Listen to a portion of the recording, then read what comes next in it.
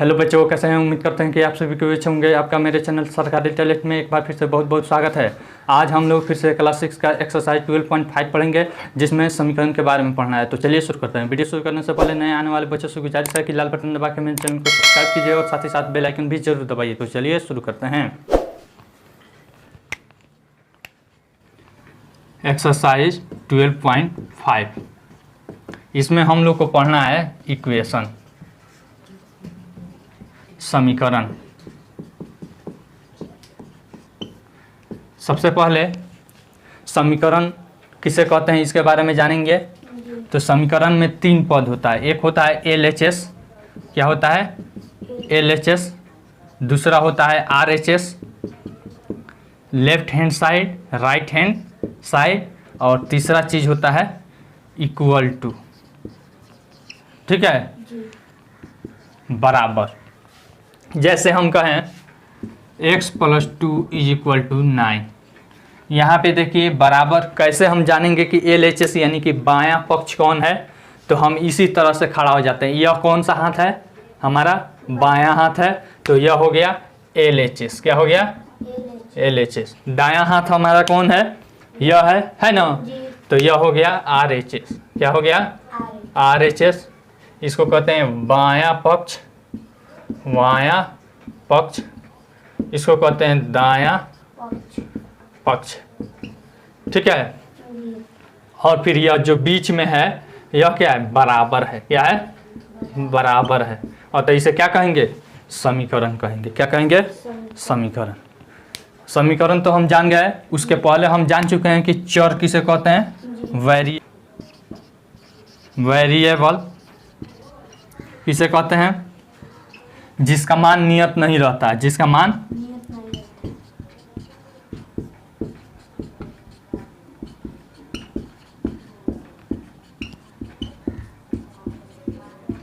नहीं रहता है। जैसे में देखिए, जैसे x, y, a, b,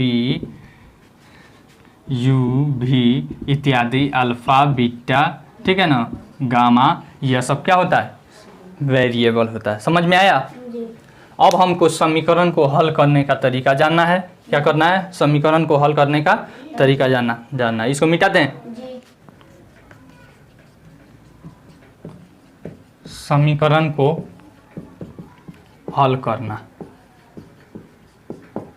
पहला इसमें हम लोग को विधि पढ़ना है ट्रायल एंड एरर मेथड।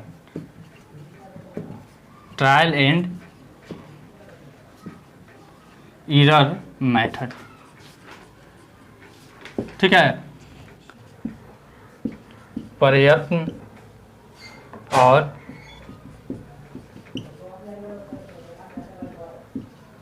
जांच विधि, ठीक है। जैसे में देख लीजिए यहाँ पे 2 + x = 5। क्या है? 2 + x = 5। तो हम इसमें x का वैल्यू लगातार रखते जाते हैं और देखते हैं कि किस में बराबर आता है। जैसे यहाँ पे हम रख लेते हैं x का वैल्यू, ठीक है ना। और यहाँ पे 2 + x का कितना वैल्यू आता है? अगर x = 1 लेते हैं तो 2 + 1 = 3। इसका बराबर आया? और तो गलत है, ठीक है। और तो x का वैल्यू 1 नहीं होगा। फिर 2 रख कर देखते हैं तो x = 2 हुआ, तो 2 + 2 = कितना हो जाएगा? 4। अतः x का वैल्यू 2 भी नहीं होगा। x का वैल्यू 2 भी नहीं होगा। अब रखते हैं 3। तो देखिए x = 3 रखते हैं तो 2 × 3 = 5, बराबर हो गया। समझ में आया? और तो 5 = 5, ठीक है ना। अब लिखेंगे अतः x बराबर कितना होगा? 3 होगा। क्यों? क्योंकि इसको क्या कर रहा है? संतुष्ट कर दे रहा है। क्या कर दे रहा है? संतुष्ट कर दे रहा है। क्योंकि 2 + x = 5 को संतुष्ट कर रहा है। संतुष्ट कर रहा है। कोई दिक्कत? पहला सवाल क्या दे रहा है? देख लीजिए। कह रहा है निम्नलिखित में से कौन सा कथन समीकरण चर संख्याओं के है। सकारण उत्तर दीजिए। समीकरणों में संबद्ध चर भी लिखिए। इसमें कह रहा है कि किसमें चर है, किसमें चर है, ठीक है ना। कौन से कथन समीकरण चर संख्याओं के हैं। तो देखिए यहाँ पे दिया है 15 is equal to X plus 18। तो देखिए तो यह पहले समीकरण है, यह LHS है, बराबर के इधर है और बराबर के यह दाएं साइड में है, तो RHS हुआ और बराबर है, तो यह क्या हो जाएगा, समीकरण हो जाएगा। देखिए ना समीकरण होगा कि नहीं होगा, होगा। अब देखिए इसमें चर है तो लिख देंगे कि चर है, क्या है, चर वाला समीकरण है, चर वाला समीकरण है। तो चर बराबर क्या हो जाएगा, इसमें चर बराबर x। कोई दिक्कत। बी नंबर में देखते हैं, यहाँ पे k-8 ग्रेटर देन, यह किसका चिन्ह है, ग्रेटर देन 5। इसमें बराबर है, देखिए ना इसमें बराबर है कहीं पे, तो यह समीकरण होगा, तो लिखेंगे समीकरण नहीं है, समीकरण नहीं है, ठीक है। इसमें से केवल हम लोग को लेना है कि जो समीकरण होगा उसी का, और वह भी किसका, जिसमें चर होगा उसका, ठीक है ना, जिसमें चर होगा उसी को लेना है। तो देखिए ए नंबर, बी नंबर में नहीं होगा, सी नंबर में भी चर नहीं है, डी नंबर में भी चर नहीं है, ई नंबर में चर है। देखिए ई नंबर में 6 गुना 7 और माइनस 10 बराबर 2x। देखिए तो है जी, समीकरण है जी। इसमें चर क्या है, लिख देंगे चर बराबर क्या, कितना है, x, ठीक है ना। जी, समीकरण है, समीकरण है। आसान है कि नहीं। है। फिर उसके बाद एफ नंबर में देख लीजिए, कह रहा है 2n plus 3 is equal to 13। अब बताइए तो यह समीकरण है, नहीं, यहाँ पे n नहीं है, चर है कि नहीं, है, तो समीकरण नहीं होगा। होगा। इधर बराबर के इधर LHS, बराबर के इधर RHS, तो नहीं हो जाएगा। चर बराबर लिख देंगे n, यह समीकरण है, यह समीकरण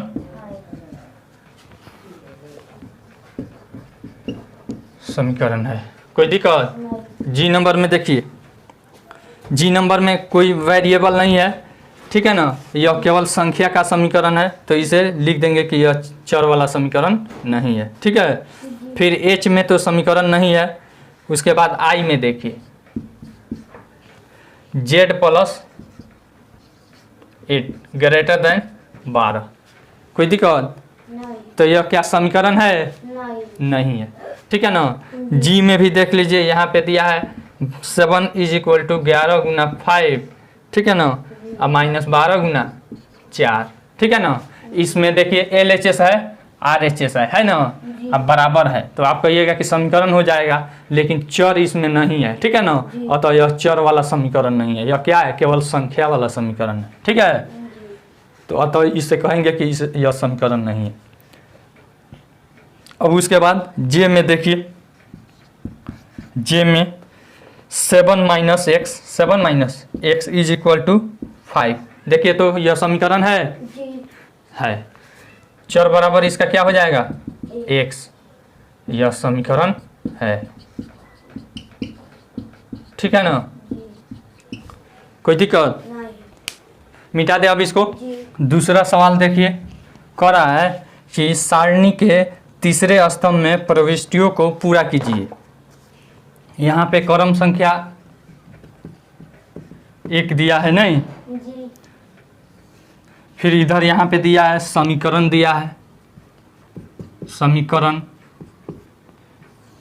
फिर उसके बाद दिया है चर का मान,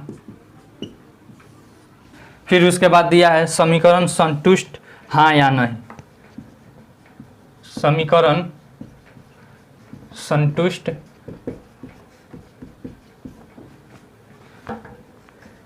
हाँ या नहीं। कोई दिक्कत। नहीं, इसको थोड़ा सा लंबा लीजिएगा, ठीक है। जी, स्केल की सहायता से इसका टेबल बनाइएगा। ए नंबर में क्या है देखते हैं। 5x बराबर 25, 5x बराबर 25। चर का मान कितना दे रहा है, x बराबर 3, x बराबर 3। ठीक है, अब देखिए x बराबर अगर 3 हम रखेंगे तो ये क्या हो जाएगा, 5 गुना 3, 5 और x के बीच में गुना का चिन्ह है ना, जी 5 और x के बीच में कोई चिन्ह नहीं है तो कौन सा चिन्ह छुपा रहता है, गुना का चिन्ह छुपा रहता है। तो 5 तियाँ 15 5 गुना 3 बराबर 25। देखिए तो कॉमा दे दीजिएगा, यानी कि 15 बराबर 25। दोनों तरफ बराबर है, जी 15 है एक साइड में क्या है 25 है, बराबर है। नहीं तो अतः लिखेंगे संतुष्ट नहीं है, लिख देंगे संतुष्ट नहीं है। समझ में आया, जी इस तरह से दिखा देंगे।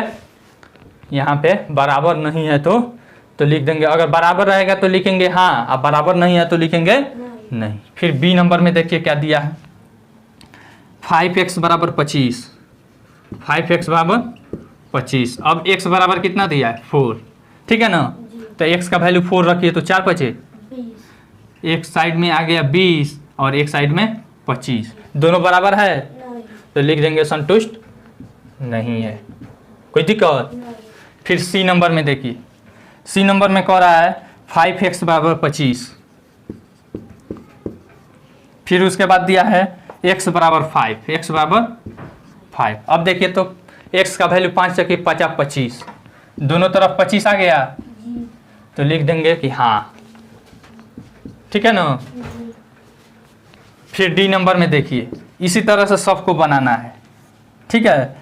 k प्लस 8 बराबर 20, k प्लस 8 बराबर 20। कोई दिक्कत। नहीं अब कह रहा है यहाँ पे k बराबर 10 ले लीजिए, k बराबर 10, k का वैल्यू 10 रखिए तो 10 प्लस 8 बराबर कितना होगा, 18 होगा।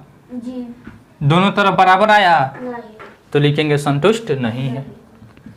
कोई दिक्कत। नहीं फिर ई नंबर में देखिए, ई नंबर में कह रहा है k प्लस 8 बराबर 20, k प्लस 8 बराबर 20। तो देखिए k का वैल्यू यहाँ पे 11 लेने के लिए बोल रहा है, तो 11 8 कितना होगा 19, कितना होगा 19 बराबर 20। दोनों तरफ बराबर आया नहीं तो लिख देंगे कि संतुष्ट नहीं कर रहा है, ठीक है। जी एफ नंबर में देखिए, एफ नंबर में कह रहा है k प्लस 8 बराबर 20, k प्लस 8 बराबर 20। तो 12 8 और यहाँ पे k बराबर 12 दिया है, k का वैल्यू कितना लेने के लिए दे रहा है 12।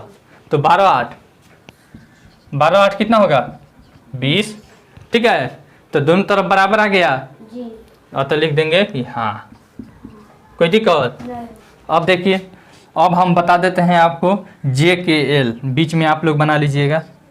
जे का देखिए, जे में दिया है t/7, t/7 बराबर 7, यह समीकरण है। इसमें t बराबर 47 लेने के लिए दे रहा है, t बराबर 47। कोई दिक्कत। तो देखिए तो इसका वैल्यू निकालिएगा, 47/7 कीजिएगा, 47/7, ठीक है ना, बराबर 7। फिर इसको कोमा देकर फिर हल कीजिएगा, इसको पूर्णांक में तोड़ दीजिएगा, 7 6 6 पूर्णांक 5/7। यह दोनों तरफ बराबर है, देखिए तो नहीं बराबर है तो लिख देंगे नहीं, संतुष्ट नहीं कर रहा है, ठीक है। फिर उसके बाद के नंबर में देखिए, के नंबर में कह रहा है t/7 बराबर 7, t/7 बराबर 7। t का वैल्यू यहाँ पे कितना लेने के लिए दे रहा है 48, कितना दे रहा है 48। तो देख लीजिए 48 बाई यहाँ पे 7 है, देखिए ना नीचे में 7 है ना, t के बदला में 48 लिख दिए हम, यहाँ पे 48/7 हुआ। फिर यहाँ पे कितना है बराबर 7। कोई दिक्कत। फिर 7 से इसमें भाग कीजिए, 7 6 42, बचा 6, तो 6 ऊपर में हो जाएगा, 6 पूर्णांक 6/7 बराबर 7। दोनों तरफ बराबर आया नहीं तो लिख देंगे संतुष्ट नहीं कर रहा है, ठीक है। फिर उसके बाद एल नंबर में देखिए, t/7 बराबर 7। अब यहाँ पे t बराबर 49 लेने के लिए दे रहा है, तो अब देखिए तो 49/7, 7 से 7 मत में कट जाएगा, बराबर 7। अब आ गया हमारा 7 बराबर 7 आ गया, जी अतः बराबर आ गया, जी तो अतः लिख देंगे कि हाँ संतुष्ट है। तो हाँ, आसान है कि नहीं, है बन जाएगा। जी मिटा दे इसको। जी तीसरा सवाल हम देखते हैं क्या कह रहा है। कह रहा है प्रत्येक समीकरण के सामने कोष्ठकों में दिए गए मानों में से समीकरण का हल चुनिए, दर्शाइए कि अन्य मान समीकरण को संतुष्ट नहीं करते हैं। देख लीजिए यहाँ पे ए नंबर में है, हमारा समीकरण दिया है 4a बराबर 24, 4a बराबर 24। कोष्ठ में यहाँ पे सामने दिया है 5 6 9 10, 5 6 9 और 10। कोई दिक्कत? नहीं अब देखिए हम ए का वैल्यू क्या लें इन कोष्ठ में से कि दोनों तरफ बराबर आ जाए। क्या आ जाए? बराबर आ जाए। तो देखिए, तो 5 लेंगे तो 4 गुना 5 बराबर 24, 4 पचे 20 बराबर 24। और तो 5 इसका वैल्यू होगा, नहीं लिख देंगे संतुष्ट नहीं है, संतुष्ट नहीं ठीक है ना, जी नहीं है। फिर 6 लेंगे, ठीक है, सबको बारी बारी से दिखा देंगे। यहाँ पे पहले लिख देंगे यदि ए बराबर 5 तो, तब इतना कीजिएगा, ठीक है। फिर लिखेंगे यदि ए बराबर 6, ठीक है, तो देखेंगे 4 गुना 6 बराबर 24। यहाँ पे 4 और ए के बीच में कौन सा चिन्ह है? गुना, जी गुना छुप जाता है। जी अब देखिए 4 6 24 बराबर 24, संतुष्ट है, जी ठीक है ना, लिख देंगे संतुष्ट है, ठीक है। अतः ए बराबर 6 आंसर। कोई दिक्कत? नहीं चाहे ए का मान 6 होगा। फिर उसके बाद और बाकी को भी दिखाना है, बाकी को भी कह रहा है दिखाइए कि संतुष्ट नहीं कर रहा है, कह रहा है कि अन्य मान समीकरण को संतुष्ट नहीं करते हैं, इसको दर्शाइए, दिखाइए, ठीक है ना। जी तो कम से कम आप लोग 3 गो को जरूर दिखा दीजिएगा, ठीक ना। जी तो यहाँ पे यदि ए बराबर 6 हो गया, अब 9 ले लेते हैं, ठीक ना। तो यहाँ पे 4 गुना 9 बराबर 24, 4 9 36 बराबर 24। देखिए तो बराबर है दोनों तरफ, नहीं तो संतुष्ट नहीं है, संतुष्ट। नहीं कोई दिक्कत? नहीं आसान है कि नहीं? है इस तरह से और बना लीजिएगा। जी फिर आपको और इसमें कौन बताते हैं हम, डी नंबर बता देते हैं। कौन सा नंबर? डी नहीं डी नंबर दिया है हमको k/7 इज इक्वल टू 7। कोष्ठ में हमको दिया है 49 48 46 44, 49 48 46 44, यही ना दिया है। जी तो सबसे पहले k बराबर एक बार 49 लेंगे, यदि k बराबर 49, ठीक है। तो जब 49 होगा तो देखिए क्या होगा, 49/7 इज इक्वल टू 7, 7 7 49 नहीं, जी यानी कि 7 बराबर 7। संतुष्ट है, जी संतुष्ट है, कोई दिक्कत? नहीं अतः ए बराबर 7 आंसर। कोई दिक्कत? नहीं फिर और बाकी को भी हम लिख कर दिखा देंगे पुनः। यदि के बराबर, अरे ए क्यों लिख दिए, के न है यहाँ पे, जी तो हम के न लिखेंगे, अतः के बराबर 7 आंसर। फिर यदि के बराबर 48 लेते हैं 48, तब देखिए 48/7 इज इक्वल टू 7। अब इसको सोल्व करना है। देखिए इसमें भाग करेंगे और पूर्णांक में बदल देंगे, 7 6 42, 6 पूर्णांक 6 से बचा 22/7 बराबर 7। संतुष्ट है, बराबर है दोनों तरफ, नहीं तो संतुष्ट है, नहीं नहीं, लिख देंगे संतुष्ट नहीं है, ठीक है। जी फिर और भी आप दिखा दीजिएगा। यदि के बराबर 46, तो 46/7 इज इक्वल टू 7। देखिए इसको भाग करेंगे, 7 6 42 बचा 4, 4/7 बराबर 7। देखिए तो बराबर आया दोनों तरफ, नहीं तो लिख देंगे संतुष्ट नहीं है, संतुष्ट नहीं नहीं है। ठीक है, जी इस तरह से बाकी पूरा बना लीजिएगा। जी चलिए मिटा दे इसको।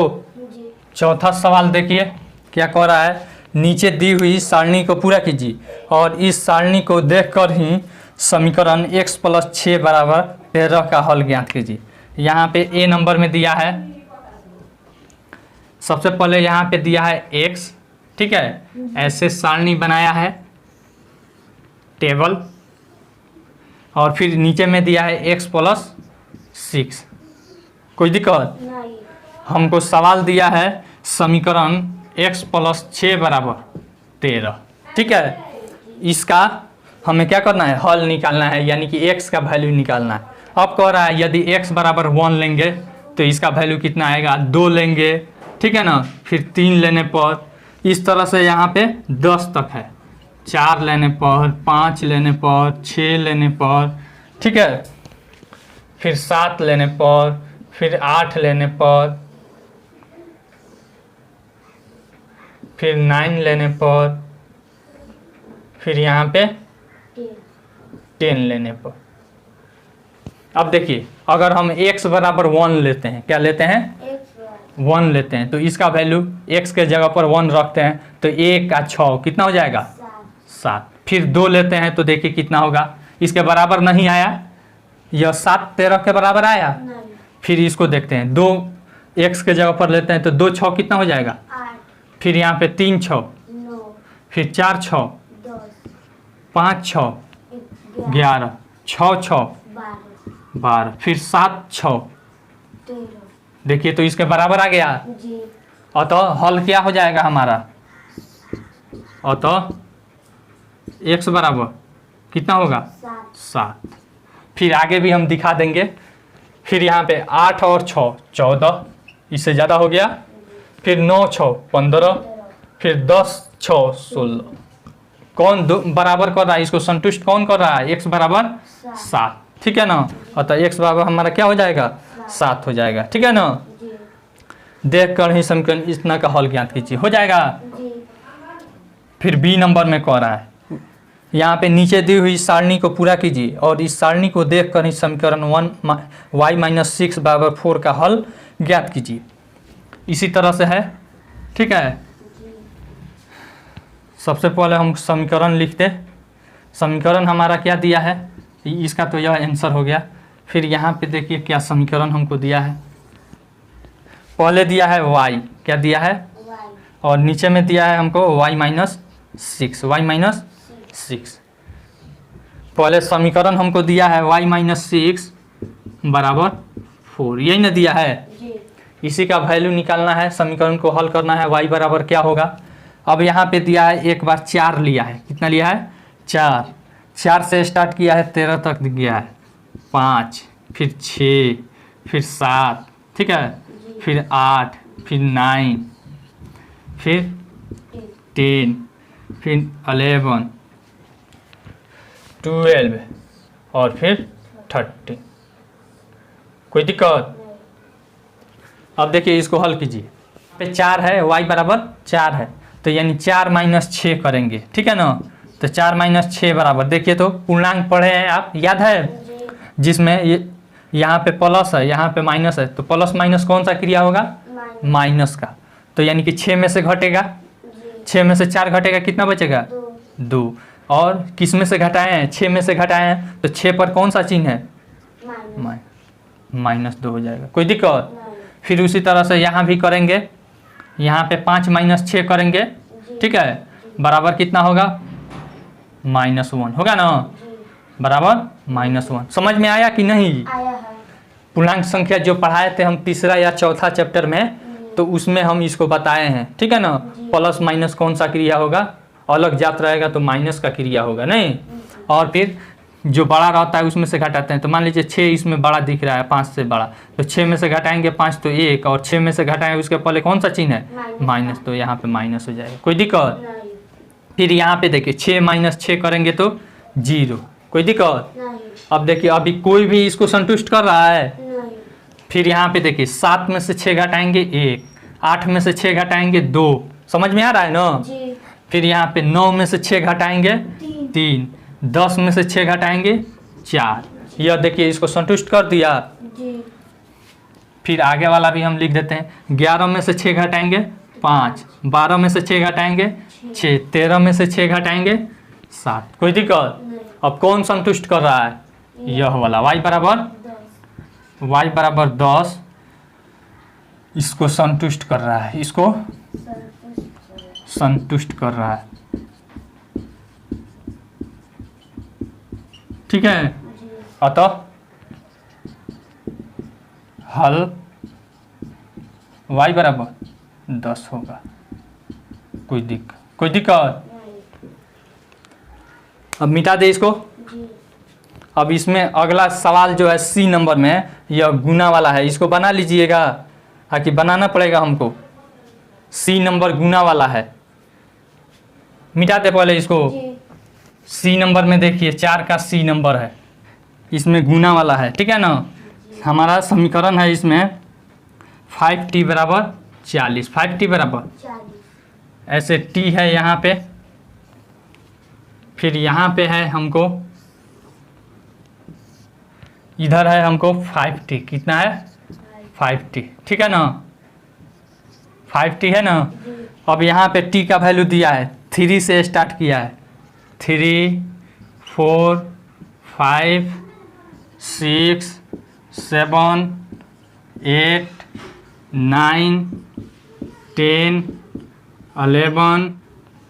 देखिए अब इसको हल करते हैं। यहाँ पे t का वैल्यू कितना दिया है? 3। तो देखिए यहाँ पे 3 रखेंगे तो पांतियाँ गुना ना है यहाँ पे, तो पांतियाँ 15।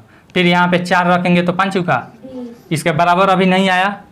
फिर 5 25, 5 6 5 7 5 बटे, यह इसके बराबर आ गया। अतः यह संतुष्ट कर रहा है। t बराबर 8, अतः t का वैल्यू कितना होगा? इसका हल 8। ठीक है ना। अब देखिए 9 बचे 5 दहिया 11 बचे, कौन संतुष्ट कर रहा है? यह, यानी t बराबर 8 संतुष्ट कर रहा है। नहीं, संतुष्ट कर रहा है। कोई दिक्कत? अतः t बराबर 8 हल होगा। कोई दिक्कत? डी नंबर में देखिए, सारणी को पूरा करते हुए समीकरण z/t बराबर 4 का हल ज्ञात कीजिए। z/t बराबर 4, इसका हल ज्ञात करना है। इसको बता देते हैं। यहाँ पे z है, फिर यहाँ पे है z/3, z/3। फिर यहाँ पे दिया है 8 से शुरू किया, 8 9 10 11 12 13 14 15 तक दिया है।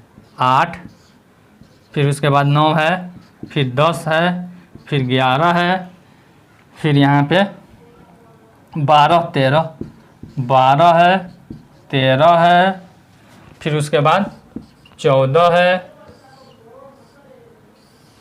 फिर उसके बाद 15 है। यही ना है?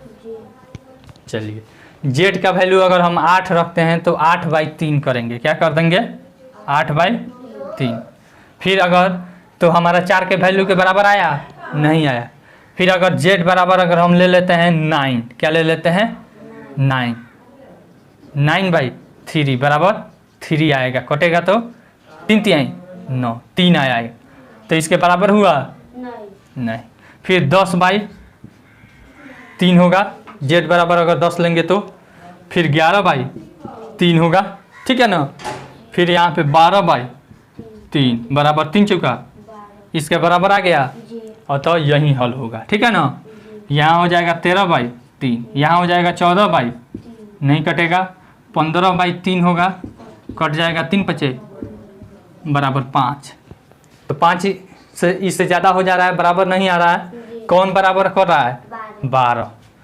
और तो लिख देंगे z बराबर 12 संतुष्ट कर रहा है। नहीं, संतुष्ट कर रहा है। ठीक है ना। अतः हल z बराबर 12 होगा। कोई दिक्कत? मिटा दे अब इसको। जी।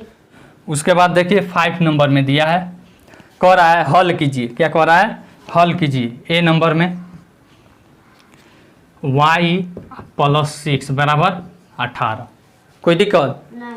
यह हमारा क्वेश्चन हो गया। जी। अब देखिए इसको खूब आसान से बता देते हैं, कितना आसान तरीका इसको हल करने का तरीका है। इधर प्लस रहेगा इधर आएगा तो माइनस, इधर माइनस रहेगा इधर आएगा तो प्लस में बदल जाएगा, इधर गुना में रहेगा इधर आएगा तो भाग में, इधर भाग में रहेगा इधर आएगा तो गुना में बदल जाता है। यही आपको याद रखना पड़ेगा, ठीक है। अब कौन बदलता है कौन जाता है, तो जो एक जात वाला रहता है, ठीक है ना, तो एक जात को एक जात के तरफ लेकर जाते हैं। जैसे यह संख्या है तो संख्या के तरफ लेकर जाएंगे, ये नहीं कि y को इधर लेकर चले जाएंगे, ऐसा नहीं ना करेंगे। या का चिन्ह दे देंगे, y बराबर यह संख्या है तो संख्या के तरफ लेकर जाएंगे, प्लस है इधर आएगा तो 18 - 6 = 12 हो गया। देखिए तो कितना आसान है। फिर उसके बाद बी नंबर में देखिए z - 7, z - 7 = 20। या का चिन्ह दे देंगे, यहाँ पे माइनस है संख्या वाला है, इधर आएगा तो क्या हो जाएगा? +7, यानी z = 27। सी नंबर में देखिए 7p = 140। कोई दिक्कत? फिर याद देंगे। अब देखिए 7 और p के बीच में कौन सा चिन्ह है? गुना है, इधर आएगा तो भाग में। 140 और भागा 7, भागा का अर्थ होता है बट्टा, 7 दूनी, यहाँ पे 20 आया यानी कि 20। p का वैल्यू कितना आ गया? p = 20 answer. आसान है कि नहीं? उसके बाद मिटा दे इसको।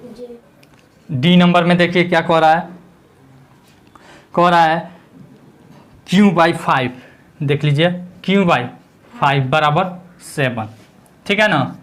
अब कहिएगा कि ये कैसा सवाल है, थोड़ा सा दिमाग घुमा देगा आपका, लेकिन घबराना नहीं है। देखना है कि कौन एक जात वाला है। यह संख्या है, यह भी संख्या है, जबकि यह क्या है? चर है, ठीक है ना। तो संख्या को संख्या की तरफ लेकर जाएंगे। नीचे में है, इसका अर्थ क्या है? भाग में है। किस में है? भाग में। तो भाग में है, इधर आएगा तो क्या हो जाएगा? गुना में, यानी कि 7 गुना 5, यानी q = 7 × 5 = 35। आसान है कि नहीं? ई नंबर में देखिए k/8 = 12, ठीक है। यह भाग में इधर आएगा तो गुना में। k = 12 गुना 8 = 96। 12 बटे 96 हो गया। फिर f नंबर में देखिए, f नंबर में कह रहा है 9y = 81। कोई दिक्कत? अब देखिए y का वैल्यू हमको निकालना है। यह संख्या है, यह संख्या है, तो संख्या को संख्या की तरफ भेजेंगे। तो y बराबर यहाँ पे गुना है, इस साइड में आएगा तो 81/9, 9 9 बराबर y का वैल्यू कितना आ गया? y का वैल्यू कितना आया? कितना मर्त में कटा है? यानी 9 आंसर। आसान है कि नहीं? फिर उसके बाद f नंबर हो गया। g नंबर में देखिए यहाँ पे बना देते हैं x - 3 = 0, x - 3 = 0। यह भी संख्या है, यह भी संख्या है, तो संख्या को संख्या की तरफ लेकर जाएंगे। x बराबर, या माइनस है उस साइड में जाएगा तो बराबर 0 और +3 = 3। आसान है कि नहीं? h नंबर में देखिए t + 50 = 75, t + 50 = 75। कोई दिक्कत? अब देखिए यहाँ पे प्लस है, उस साइड में जाएगा t = 75 और -50। घटाइए तो 5 में से इकाई घटेगा, तो 5 में से 0 जाएगा 5। फिर देखिए यहाँ पे दहाई है, यह भी दहाई है, तो 7 में से 5 जाएगा 2। आसान है कि नहीं? चलिए आपका यह चैप्टर खत्म हो गया। अगला चैप्टर है क्षेत्रमिति मेंसुरेशन। आई होप आपको यह वीडियो बहुत पसंद आई होगी। अगर वीडियो पसंद आई हो तो लाइक कीजिए, शेयर कीजिए और कमेंट करके अपना सुझाव जरूर दीजिए। Thanks for watching.